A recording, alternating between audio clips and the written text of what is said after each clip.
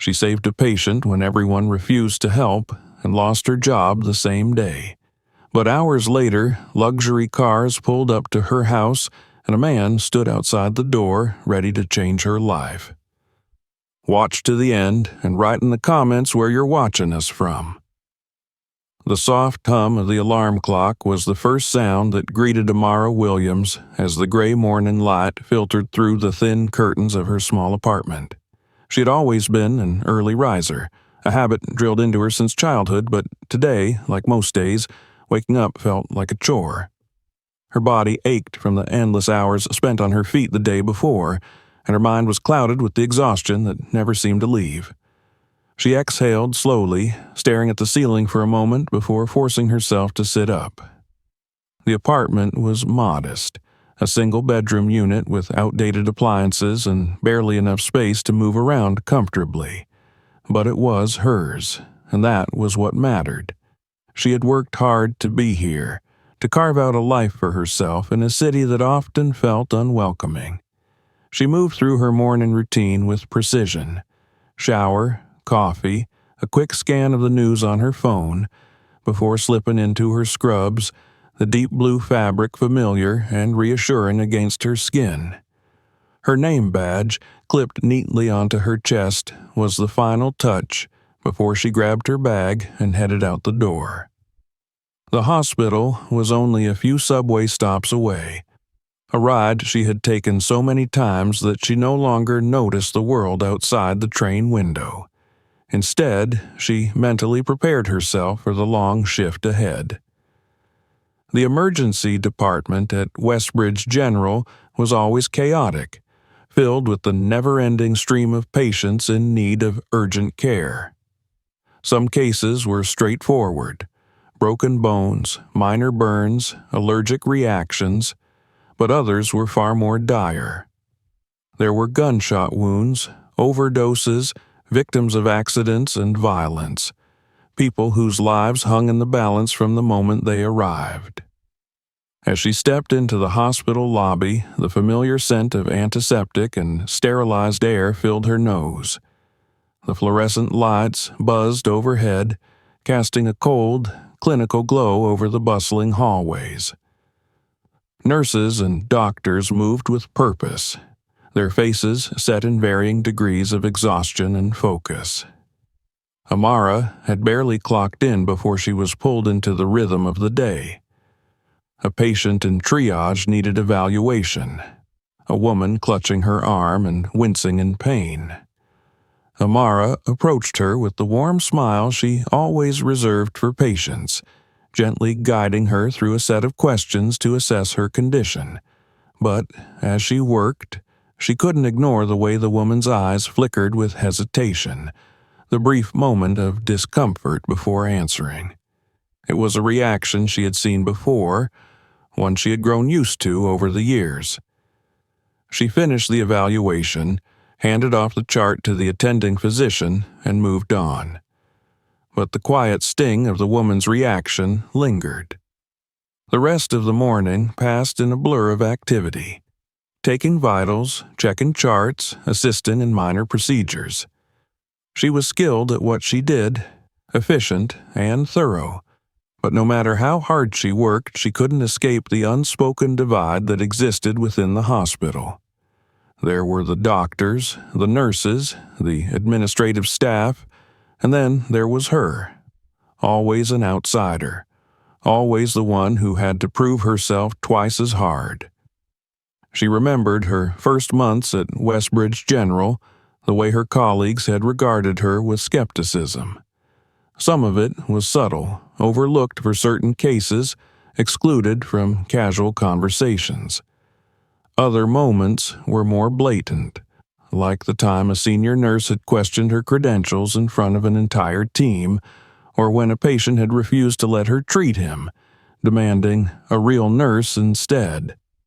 She had swallowed her pride that day, retreating into herself, but the memory still stung. The hospital prided itself on diversity, on inclusivity, but Amara knew the reality. She had learned to navigate it, to keep her head down and focus on her work, but it never went away. By midday, the tension in the air was palpable. The ER was over capacity again, the waiting area filled with restless patients and worried families. The staff moved quickly, trying to keep up, but the strain was evident. Amara barely had time for a break before she was called into a case involving a young boy struggling to breathe. She rushed into the exam room, her focus sharpening as she assessed him. His mother hovered nearby, anxiety etched across her face. "He was fine this morning," she said, her voice trembling. "And then, he couldn't breathe." Amara worked quickly, adjusting the child's oxygen mask, monitoring his vitals. She knew the symptoms well: an asthma attack, worsened by stress or environmental triggers. Within minutes, his breathing began to stabilize, and his mother let out a shaky breath of relief. "Thank you," she whispered, her eyes filled with gratitude. Moments like these made everything worth it. They reminded Amara why she had chosen this path, why she endured the long hours, the exhaustion, the weight of being treated differently. She had become a nurse to help people, to be there when they needed it most, and no matter how difficult things got, she wouldn't let anyone take that from her. But as she stepped out of the room, she caught sight of a group of nurses talking in hushed voices at the end of the hall. Their glances flickered toward her, and though she couldn't hear their words, she recognized the expression on their faces: pity, disdain, dismissal. Her stomach tightened, but she forced herself to keep walking. The rest of the afternoon passed in a relentless tide of emergencies. A man rushed in after a car accident, his leg twisted unnaturally. A woman suffering from severe dehydration after an overdose. A heart attack in the waiting room. Amara moved through it all with practiced efficiency, pushing aside her frustration, her exhaustion, her growing sense of unease. But the final patient of the day was the one that stuck with her.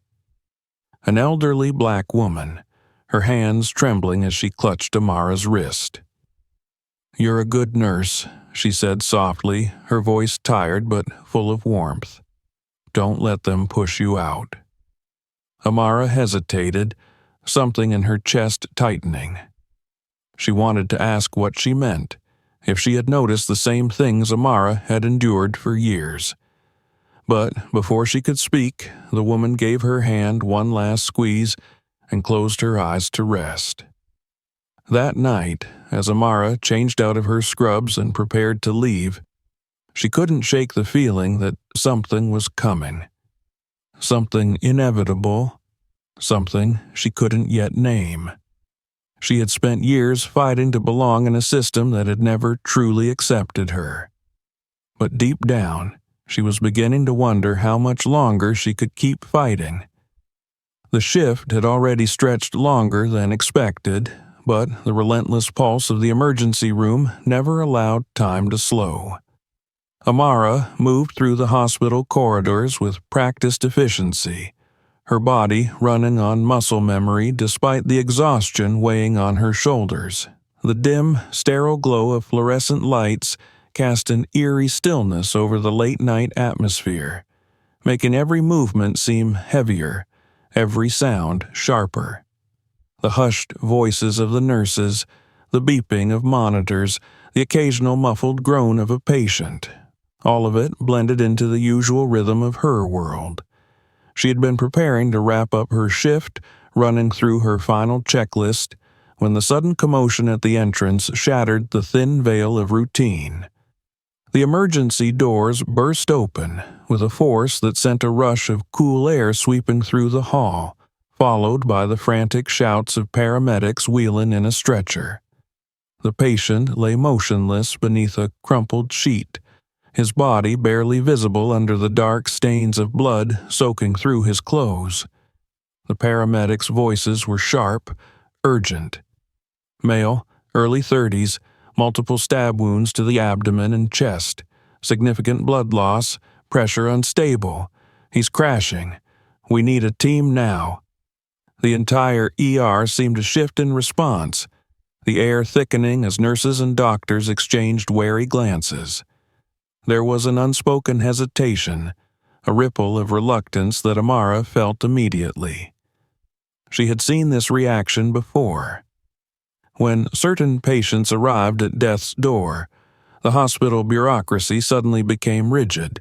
The willingness to act turned sluggish, wrapped in layers of unspoken prejudices. She didn't wait for orders. Moving instinctively, she grabbed a pair of gloves from the nearby cart and stepped toward the gurney, assessing the man's shallow, ragged breathing. His skin was pale, his body limp, but beneath the layers of trauma, there was still life. She reached for a pulse. Faint, but there. "We need to get him into Trauma Bay 3 now," she called, trying to push through the inaction. Then came the voice. Cold, clipped, carrying the weight of authority. "Not yet." The words sliced through the urgency like a blade, freezing Amara mid-motion. She turned sharply, her pulse hammering in her ears as she met the unreadable expression of Dr. Conrad, the hospital's chief administrator. His arms were crossed, his stance rigid, as if he were merely discussing hospital logistics rather than a dying man bleeding out in front of him. "Until we confirm identification and insurance status, we cannot authorize treatment," he continued, his voice disturbingly calm. A stunned silence followed. Amara's breath caught in her throat as she glanced around, waiting for someone, anyone, to protest. No one did. Some of the nurses lowered their gazes, while others took a step back, distancing themselves from the decision they knew was wrong, but refused to challenge. She felt her stomach twist in anger. "He doesn't have time for that," she said, keeping her voice steady despite the fire rising in her chest. "He's hemorrhaging. If we don't act now, he won't make it through the next 10 minutes. Dr. Conrad didn't flinch. "We have protocols, Nurse Williams. We follow them for a reason." The weight of his words settled over the room, thick with the quiet message hidden beneath them. Amara knew exactly what was happening. She had spent years in this hospital, witnessing the patterns that unfolded when certain patients arrived. Patients from neighborhoods deemed troubled, patients without insurance, patients who didn't fit the unspoken profile of someone deemed worthy of urgent care. The beeping from the monitors grew more erratic. The patient was fading fast. Amara's hands trembled at her sides, a war raging inside her. She had taken an oath. She had trained for this exact moment, for the moments when hesitation meant the difference between life and death. But she also knew the hospital system, knew that going against protocol could mean consequences. She took a breath. Enough. Without another word, she grabbed a pair of forceps from the instrument tray and reached for the patient's wound, stabilizing the airway and applying pressure to the most critical injury. The room stilled around her, the collective silence heavy with unspoken warnings. "Amara," one of the nurses whispered, a plea hidden in the hesitation of her voice. "I have to," she murmured, refusing to stop. Her hands moved with precision, fueled by adrenaline and determination. The patient let out a faint, pained groan, barely conscious but still fighting. Amara stitched one of the deeper lacerations, working quickly to slow the bleeding. She adjusted the IV drip, pushing fluids through his system to keep his vitals from plummeting any further. Footsteps approached behind her, slow and deliberate. "Step away from the patient, Nurse Williams," Dr. Conrad ordered, his voice colder now, edged with restrained irritation. She didn't. Minutes stretched like hours as she worked, her breath coming in controlled, measured intervals. And then, slowly, the monitors began to stabilize. The numbers on the screen steadied. the erratic beeping smoothed into a rhythmic pulse. He was still alive. Relief flooded her for a brief moment. Then a slow, deliberate clap echoed through the room. She turned to find Dr. Conrad standing there, his expression unreadable, his hands clasped behind his back as though he had been waiting for this moment. "Well done, Nurse Williams," he said smoothly. "You saved him, but you no longer work here." The words hit like a physical blow, knocking the air from her lungs. For a moment, the only sound was the steady beeping of the heart monitor, the very one she had fought so hard to keep from flatlining. The nurses around her remained still, their silence deafening. No one protested. No one defended her. Amara forced herself to swallow, her fingers curling into fists at her sides. She had known this was a possibility the second she had defied the order, and yet, hearing it out loud, seeing the indifference in her colleagues' eyes, made it feel unbearably real. Slowly, methodically, she removed her gloves, dropping them into the nearby disposal bin. Then, with measured calm, she unclipped her hospital badge and placed it neatly on the counter beside her. She lifted her chin, refusing to let them see the weight of betrayal pressing against her chest. "If this is the price of saving a life," she said finally, her voice steady despite the tremor in her hands, "then so be it." She turned on her heel and walked out, the sterile white walls of the hospital closing in behind her like the final chapter of a book she had never wanted to end.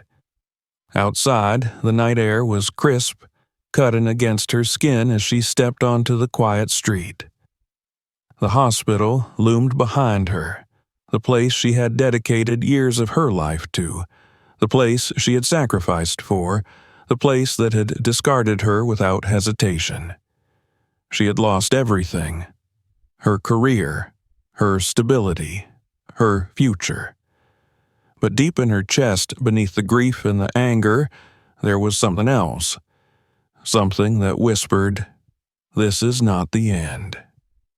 The cold night air clung to Amara's skin as she stepped away from the hospital, her pulse still hammering in her ears. The automatic doors slid shut behind her with a mechanical hiss, sealing off the world she had once been a part of. For a moment, she stood there, motionless, staring at the glass doors as if they might open again and reverse what had just happened.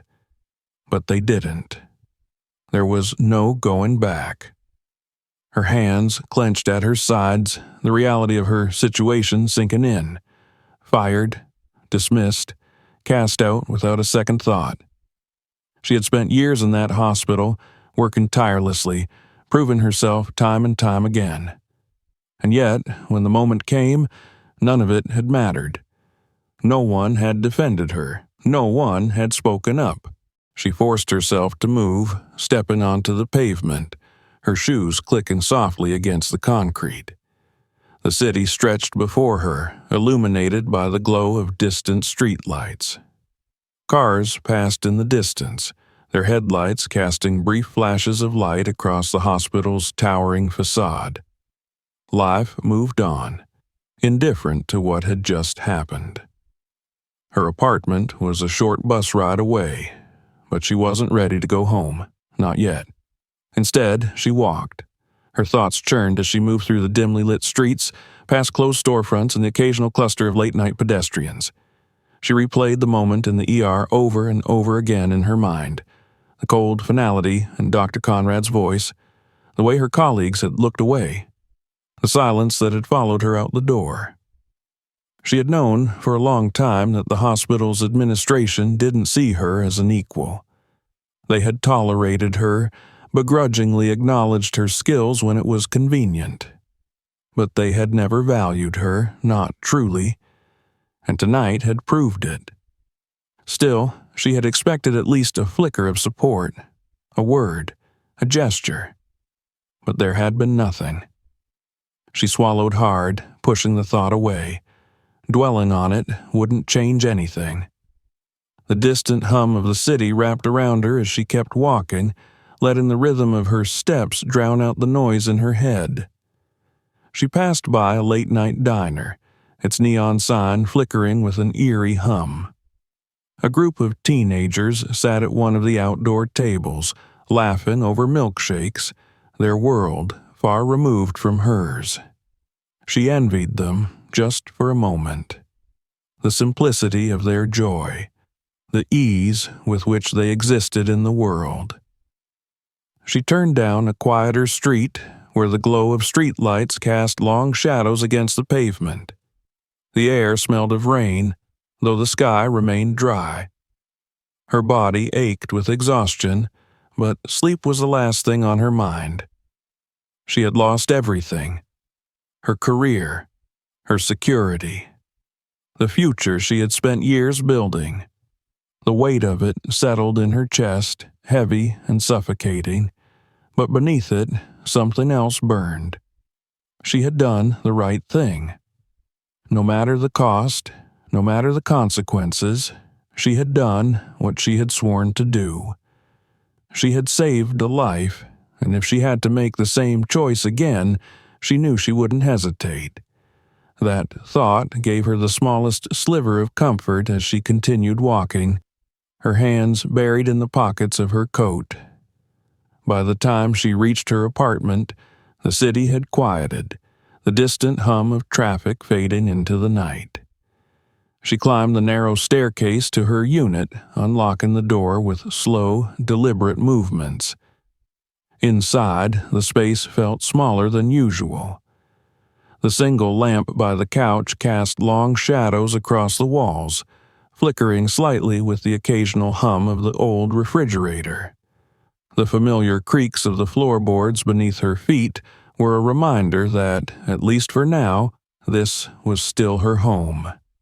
She set her bag down on the small dining table and exhaled, the tension in her shoulders refusing to ease. Her mind raced with questions. What now? Would she ever work in a hospital again? Would any place hire her after what had happened? She knew the answer. Hospitals protected their own. Word would spread quickly, and her name would be whispered in quiet conversations behind closed doors. She would be labeled difficult, unmanageable, a problem.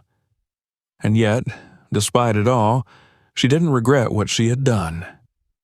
Her stomach growled, a sharp reminder that she hadn't eaten since noon. She moved toward the kitchen, pulling open the fridge with a sigh. The contents were sparse: half a carton of milk, a takeout container from 2 nights ago, a few eggs. She settled for making a simple sandwich, though she barely tasted it as she ate. She sat at the small wooden table, staring at the peel-in paint on the walls. Her thoughts drifted to the patients she had helped, the lives she had touched, the young boy she had stabilized earlier that day, the elderly woman who had held her hand and whispered words of encouragement. She had always known that medicine was more than just a job. It was a calling, a duty. But tonight, for the first time, she wondered if it was worth the fight. As she finished her sandwich, she reached into the pocket of her coat, her fingers brushing against the smooth plastic of her hospital ID. She had removed her badge and left it behind, but this she had kept. She turned it over in her hand, running her thumb along the edges. Her name, her title. Once, it had meant something. Now, it was nothing more than a relic of a life that no longer existed. She set it down beside her empty plate, exhaling slowly. Tomorrow, she would figure out what came next. Tonight, she just needed to make it through the silence. Morning came sluggishly, the muted light filtering through the window, casting long, pale streaks across the floor of Amara's apartment. She lay still for a long time, her body unwilling to move, as if clinging to the last remnants of sleep. The previous night's events replayed in her mind like a cruel loop, reminding her over and over again of what she had lost. Her job, her security, the life she had fought so hard to build. She had always known that the world was not fair, but she had believed, foolishly perhaps, that her skills and dedication would be enough to shield her from its worst injustices. That if she worked twice as hard, if she proved herself beyond any doubt, she would be given the same chances as everyone else. But now, after years of sacrifice, after countless nights spent pushing through exhaustion, she was left with nothing but a hollow ache in her chest and an empty day ahead of her. She forced herself to get up, moving mechanically through the motions of making coffee, toasting a piece of bread she didn't feel like eating. The apartment felt suffocating, as if the walls had closed in overnight, pressing against her with an unbearable weight. She needed to get out. The streets were already alive with movement by the time she stepped outside, the city humming with the energy of people going about their lives. She had nowhere in particular to go, so she let her feet carry her aimlessly, her mind drifting as she walked. The park had always been a refuge of sorts, a place she visited when she needed to clear her thoughts. It wasn't large, just a small stretch of green nestled between the towering buildings, but it was quiet enough to feel like a world apart from the relentless pace of the city. She found herself drawn there now, seeking the illusion of peace. She wandered along the paved path, passing joggers, young couples walking hand in hand, parents pushing strollers. The sound of children laughing echoed through the air, the sight of them playing a stark contrast to the heaviness she carried inside her. Then the sound of a gasp, sharp and panicked, cut through the noise. She turned instinctively, her gaze snapping toward a small group of people gathered near a park bench. Their faces were frozen in shock, their bodies rigid with hesitation. Amara pushed forward, weaving through the bystanders until she reached the center of the commotion. An elderly man lay sprawled on the ground, his face pale, his lips slightly parted. His hand clutched weakly at his chest, fingers trembling with effort. Cardiac arrest. The realization struck her in an instant, and without thinking, she dropped to her knees beside him. "Someone call an ambulance," she ordered, her voice steady despite the sudden rush of adrenaline. No one moved. The bystanders exchanged nervous glances, their uncertainty palpable.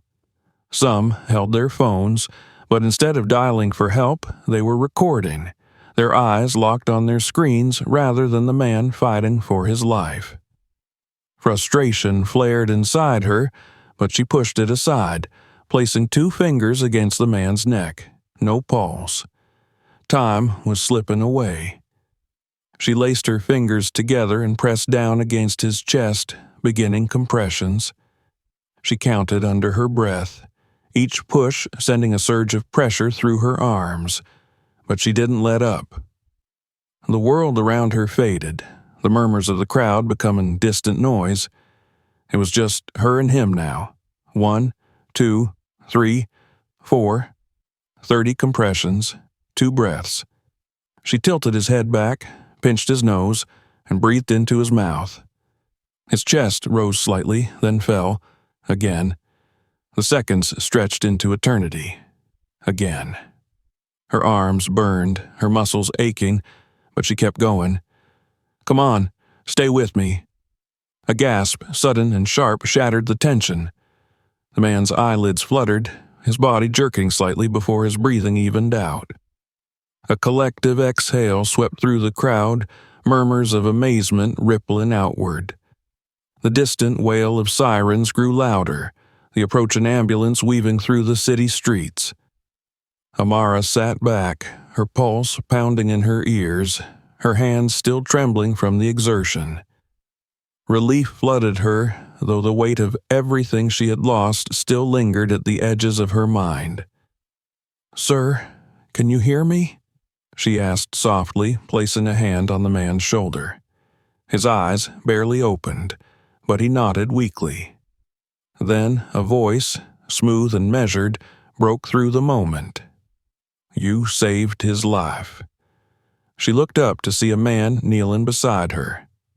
He was sharply dressed, his suit pristine despite the chaos around him. There was a mixture of gratitude and awe in his expression, his sharp eyes studying her intently.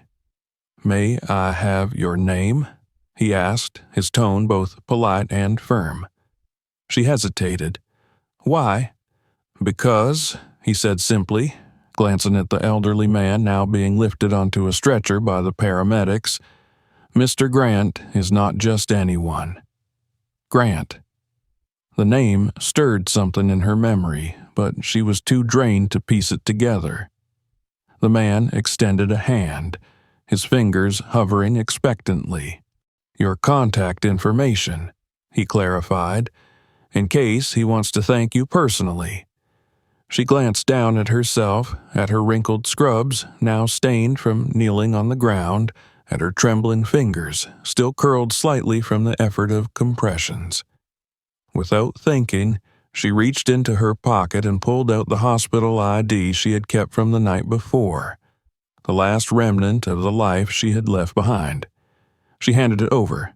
The assistant, because that's what he seemed to be, despite his polished demeanor, took it carefully, nodding in acknowledgement.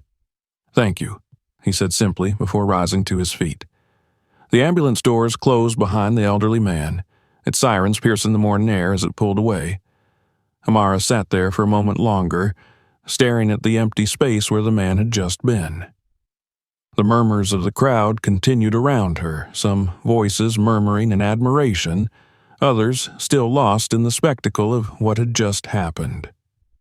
She didn't wait around to hear more. She had done what she could. She dusted off her hands, steadied herself, and stood, walking away from the crowd, unaware that in that single moment, her life had shifted course once again. The day stretched on, but the events in the park clung to Amara's mind like a shadow. Even after she had walked away, even after she had wandered through the city streets in an attempt to clear her thoughts, she couldn't shake the feeling that something had shifted. She hadn't saved that man for recognition. It had been instinct, training, muscle memory taken over when no one else had stepped forward. And yet, the way the assistant had looked at her, the way he had carefully taken her hospital ID as if it were something important, left her unsettled. Who was Mr. Grant? Why did his name sound vaguely familiar? She dismissed the questions as she finally made her way home. The exhaustion from the past 2 days had settled deep into her bones, turning her movements sluggish as she climbed the steps to her apartment. Inside, the air was still and quiet, a stark contrast to the chaotic whirlwind of emotions storming inside her. She placed her bag down on the small kitchen counter, barely noticing the way her fingers trembled. She was tired, so impossibly tired, but sleep felt like a distant luxury.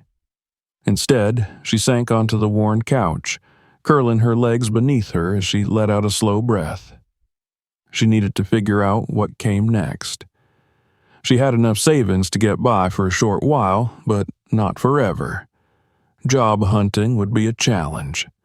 Hospitals protected their own, and word of her termination would spread quickly. The thought of starting over somewhere else, in another city, another state, lingered in the back of her mind. But was that really what she wanted? She didn't know. Hours passed in restless contemplation. The sun dipped beyond the horizon, casting long, golden streaks across her apartment before fading into the cool tones of evening. The city outside continued its relentless rhythm, indifferent to the turmoil she carried within her. Then, just as she had started to convince herself to go to bed, a knock echoed through the silence. She tensed, her pulse quickening. No one came to her door unannounced. No one ever came to her door at all. She rose cautiously, her steps careful as she approached the entrance. Another knock, firm and deliberate, filled the air. She inhaled deeply and opened the door. A man stood before her, dressed in a suit so sharply tailored that it almost felt out of place in the worn-down hallway of her apartment complex. His posture was composed, his expression unreadable, but his eyes, dark, piercing, studied her with quiet intensity. "Miss Williams," he greeted, his voice smooth, measured. "My name is Daniel Reed. I believe we met earlier today in the park." Recognition flickered. He was the assistant, the man who had asked for her contact information, the one who had been with the elderly man she had saved. But what was he doing here? She hesitated, gripping the edge of the door. "How did you find me?" His lips curved slightly, though it wasn't quite a smile. It wasn't difficult. A beat of silence stretched between them. "I understand this is unexpected," he continued, "but I assure you this isn't a social visit. Mr. Grant would like to see you." She blinked, taken aback. "The man from the park?" "Yes." "Why?" Daniel's expression didn't shift. "He'd like to thank you properly, in person." Something about the way he said it made her pulse quicken. It felt like more than a simple thank you. She crossed her arms, studying him carefully. "I don't need a reward." "That's not what this is," Daniel said evenly. "It's an invitation, a conversation, nothing more." She hesitated, her mind racing. Every instinct told her to refuse, to shut the door and retreat back into the small bubble of her apartment where she could pretend that the world beyond didn't matter. But another part of her, a quieter but insistent voice, whispered that this wasn't just some random meeting. Something was happening. And after everything that had been taken from her, after everything she had lost, she wasn't sure she could afford to ignore it. She exhaled. "Where is he?" Daniel nodded approvingly, stepping aside and gesturing toward the stairwell. "If you'll come with me, I'll take you to him." She hesitated for only a moment longer before grabbing her coat and stepping into the unknown. The street outside was quiet, the dim glow of streetlights casting elongated shadows across the pavement. But the sight that awaited her at the curb made her pause. A line of sleek black cars stood parked in front of her building, their polished exteriors gleaming beneath the city lights. They weren't just any cars. These were the kind of vehicles she had only seen in passing glances on high-end streets, the kind driven by CEOs, politicians, or people who carried an undeniable air of power. The contrast between them and her worn-out apartment complex was almost laughable. Daniel opened the rear door of the first car and gestured for her to step inside. She hesitated, then slid into the seat, the interior impossibly smooth beneath her fingertips. The door closed behind her with a quiet thud, sealing her in a cocoon of silence. The drive was smooth, almost too smooth, the city blurring past in streaks of gold and silver. Daniel sat beside her, his posture as composed as ever, offering no unnecessary conversation. She forced herself to stay calm, to keep her mind steady. She had no idea what awaited her, no idea why a man like Mr. Grant was so intent on meeting her. But she had already lost everything. What more did she have to lose?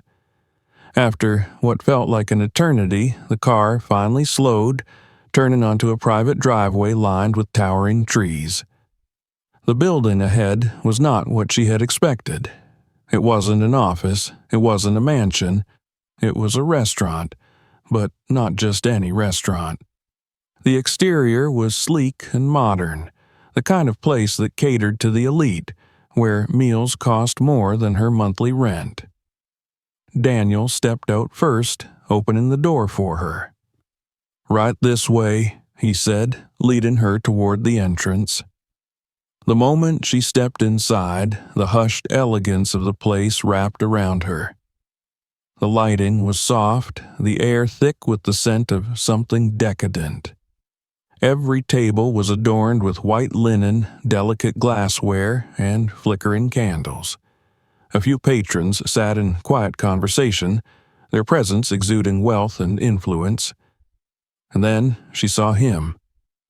Seated near a large window overlooking the city skyline, an older man watched her approach with keen, assessing eyes. His silver hair was neatly combed back, his suit tailored with effortless precision. There was something in his presence, something commanding, yet strangely inviting. She knew with certainty that this was Mr. Grant. He stood as she neared, offering his hand. "Miss Williams," he greeted, his voice smooth but firm. "Thank you for coming." She shook his hand, her mind still racing with questions. "Please," he gestured to the seat across from him, "join me for dinner." She sat, her heartbeat steady but alert. Whatever this was, whatever he wanted, she was about to find out. The quiet elegance of the restaurant enveloped Amara as she settled into the plush seat across from Elias Grant. The soft murmur of conversations drifted through the air, punctuated by the occasional chime of silverware against porcelain. The world outside the large window stretched into an expanse of golden city lights, a silent audience to the meeting unfolding inside. Elias Grant studied her with the kind of gaze that weighed and measured, as if he were sifting through layers unseen by most. His face, lined with the experience of decades, held an air of quiet authority. There was power in his presence, not the kind that demanded attention, but the kind that made people listen when he spoke. "Thank you for coming, Miss Williams," he said, his voice smooth but edged with something firm, something deliberate. Amara kept her posture straight, her hands resting lightly on her lap. "I didn't realize declining was an option." His lips quirked in amusement. It wasn't. He gestured subtly, and within seconds a waiter appeared at his side, poised and waiting. "Would you like something to drink?" She hesitated for a fraction of a second before replying. "Water's fine." The waiter nodded and disappeared as quickly as he had arrived. Elias leaned back slightly, folding his hands together as he regarded her. "I imagine you have a great deal of questions." "Several," she admitted. "Good," he said, "because I have answers." She exhaled slowly, leveling her gaze with his. "Why am I here, Mr. Grant?" "Because you did something most people wouldn't," he replied without hesitation.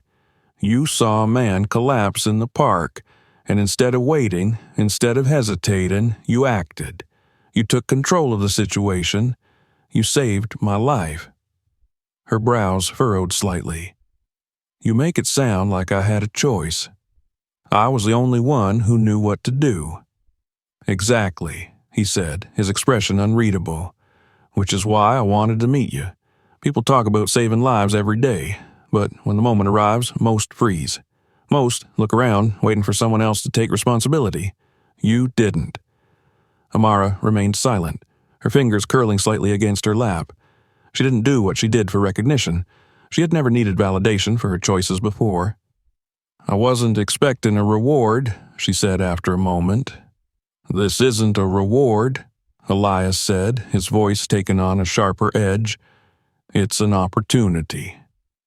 Something flickered in her chest, something wary but undeniably curious.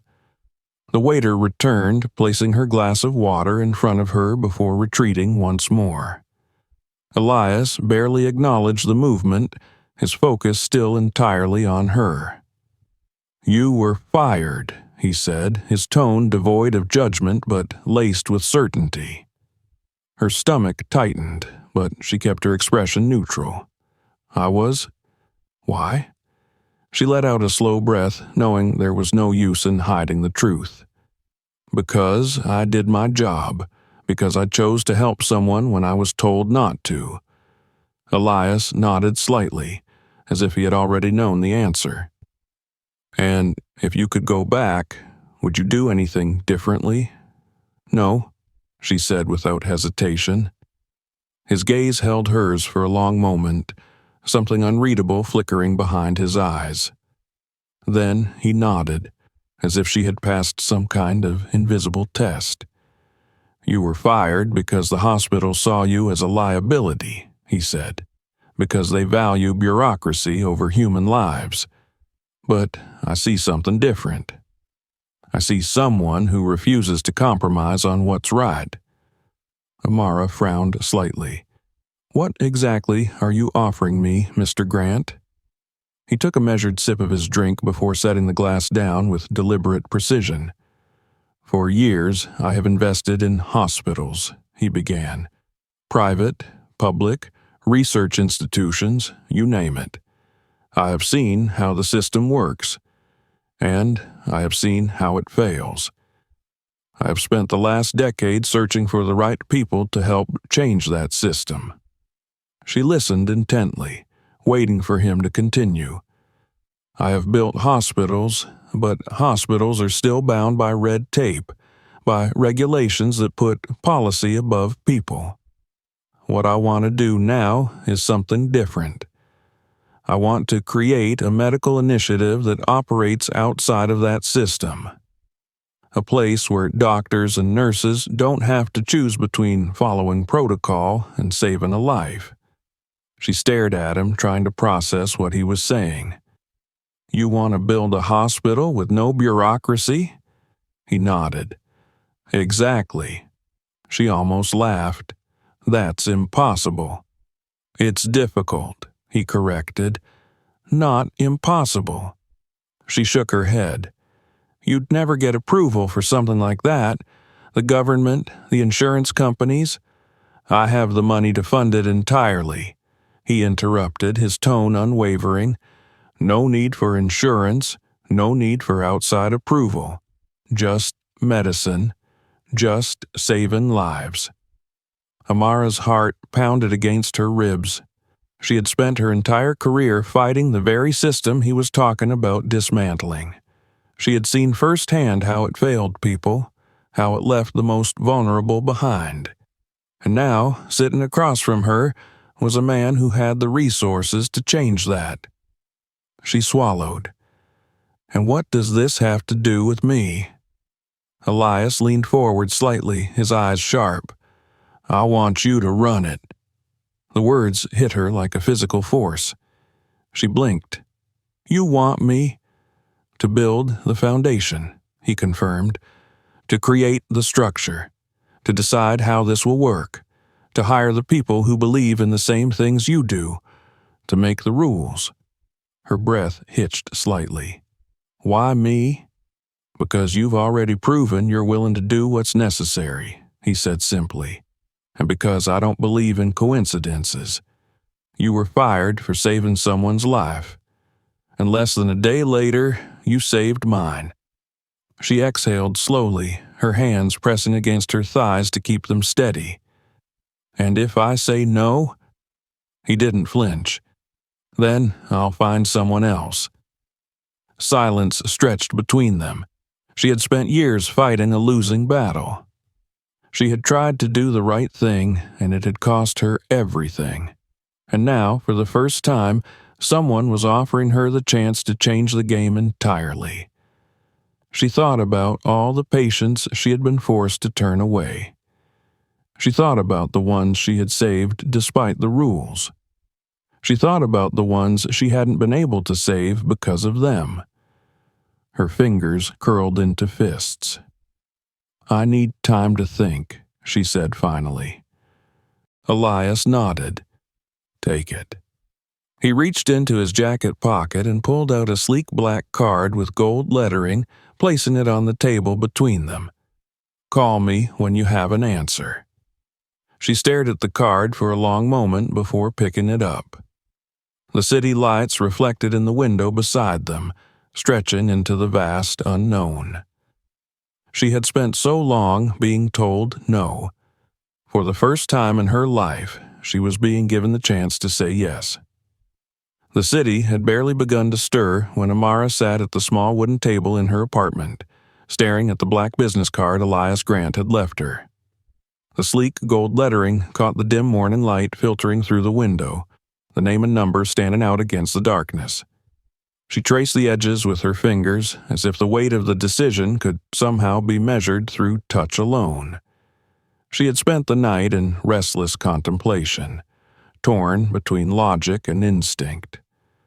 The offer Grant had placed before her was almost surreal, something out of a dream, or a test. No one in the medical field was handed opportunities like this, certainly not someone who had just been fired under controversial circumstances. It felt too good to be true, and years of experience had taught her that things that seemed too good to be true usually were. But then, what was the alternative? She had no job, no certainty, no plan. She had spent her entire career fighting against a system designed to wear people like her down, to strip them of their resolve, one rejection, one denial, one overlooked promotion at a time. She had seen patients suffer because they couldn't afford care. She had been forced to stand by as bureaucracy determined who lived and who died. And when she had finally taken a stand, when she had chosen to do the right thing, they had cast her out without hesitation. She had no illusions about how difficult this path would be. If she agreed to Grant's offer, she wouldn't just be accepting a job. She would be stepping into the unknown, into a project that defied everything the medical industry stood on. And if she failed, there would be no safety net. No hospital would touch her after this. The weight of that truth settled in her chest. She exhaled slowly and picked up her phone. Her fingers hovered over the keypad for a moment before she pressed the numbers on the card, each tone ringing in the quiet stillness of her apartment. The call barely rang twice before it was answered. "Miss Williams." Grant's voice was calm, expectant, as if he had known she would call. She swallowed, steadying herself. "I'm in." There was a pause, and then a quiet chuckle. "Good choice." The next few hours moved faster than she could process. Within minutes of ending the call, she received a message with an address and a time, 7 a.m. sharp. The instructions were precise, leaving no room for questions or hesitation. She had barely changed into something presentable before a sleek black car arrived outside her apartment, just as it had the night before. The drive was smooth, the streets still waking up as the car wove through the city. Amara kept her hands folded in her lap, her pulse steady but alert. She still had no idea what exactly she was walking into, only that she had crossed a threshold that she couldn't step back from. When the car finally pulled up to a towering glass building on the quieter side of the city, she took a deep breath and stepped out. Daniel Reed, Grant's assistant, was waiting at the entrance, his posture as impeccable as before. "Miss Williams," he greeted, holding the door open. "Right this way." She followed him through the sleek lobby, the sound of her footsteps swallowed by the polished marble floor. The air inside was cool, crisp, the quiet hum of efficiency filling the space. This wasn't a hospital, not yet, but it felt like something just as powerful. Grant was waiting for her in a conference room overlooking the city, the morning sunlight casting long shadows across the room. He stood as she entered, offering a nod of acknowledgement. "Amara," he said, gesturing toward a chair. "Sit." She did, keeping her posture straight as Daniel took a seat beside Grant, a folder in front of him.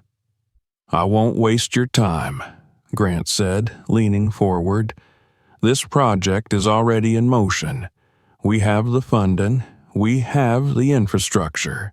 What we need is someone who understands what's at stake. Someone who's willing to build something revolutionary from the ground up." Amara folded her hands together. "And you think that's me?" "I know it's you," he corrected. "You've spent your entire career fighting against a system that was never meant for people like you. Now I'm giving you the chance to build one that is—" She exhaled slowly. "You're asking me to run a hospital that doesn't exist yet. To build it from nothing." "Not nothing," Daniel interjected, opening the folder in front of him. "The framework is already in place. The land has been purchased. The permits have been handled. What we need is someone to lead it, to shape it into what it's meant to be." Grant studied her closely.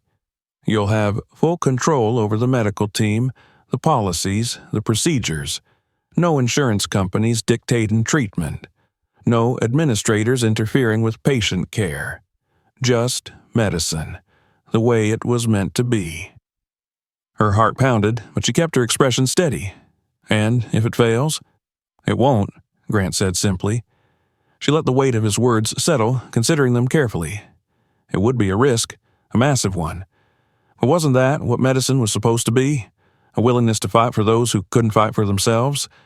She thought about the patients she had lost because of hospital policies, the ones she had been forced to turn away, the ones who had slipped through the cracks of a system that was supposed to protect them, and she thought about the man in the park, the one she had saved without hesitation. The choice had already been made. She looked up, meeting Grant's gaze. "When do we start?"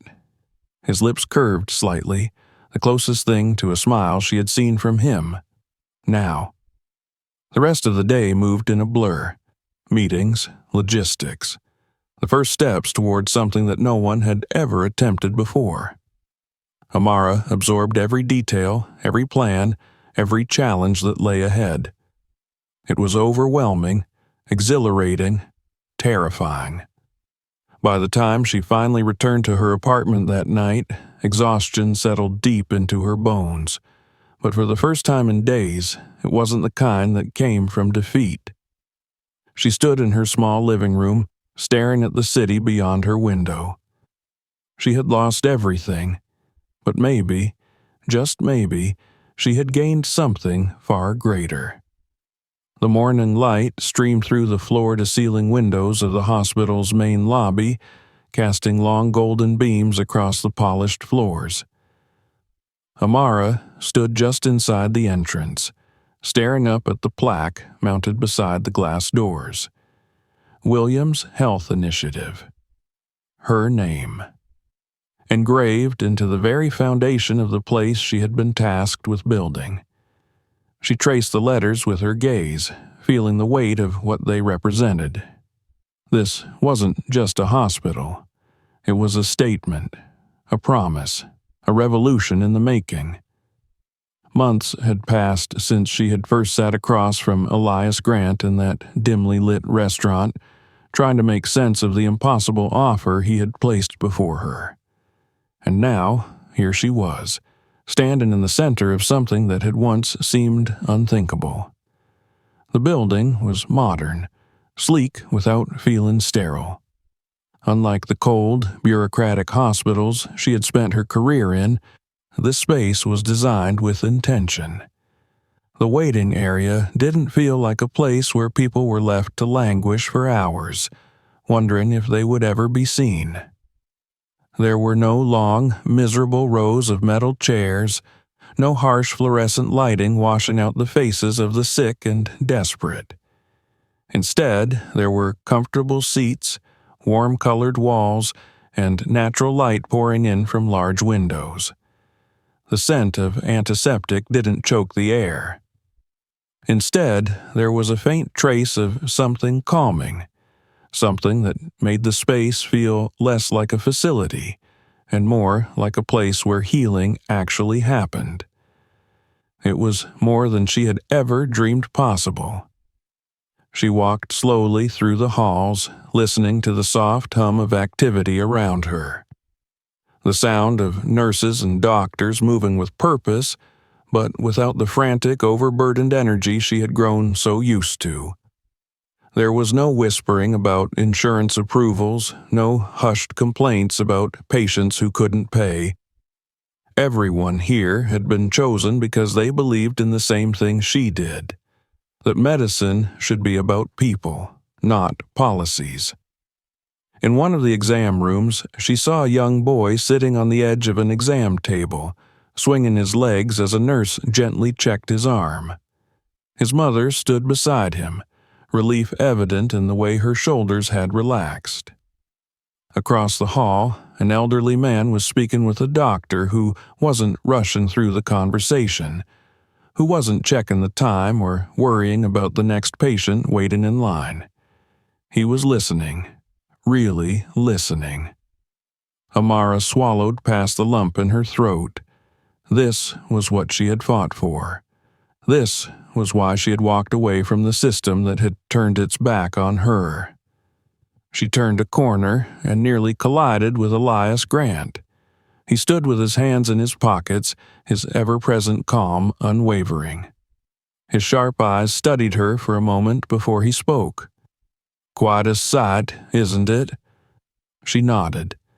"It's more than I ever expected." He gave a small, approving nod. "That's because you built it." The words settled over her, heavy but not burdensome. He was right. She had shaped this place, had laid its foundation with every decision, every hire, every policy that put care before profit. They walked together down the hallway, past rooms filled with the quiet hum of progress. "I knew you were the right choice," Grant said eventually.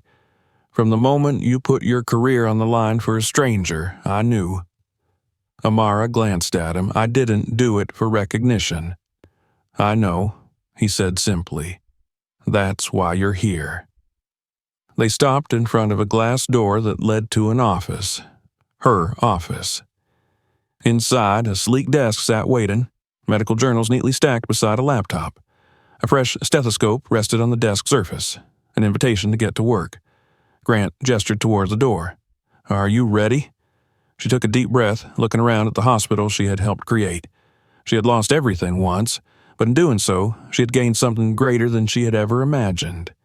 She met Grant's gaze and nodded. More than ever. And, as she stepped into her office, she knew this was only the beginning. If you enjoyed this story, make sure to subscribe for more. Don't forget to check out our other videos and share this one with your friends. Your support helps us bring more great content your way.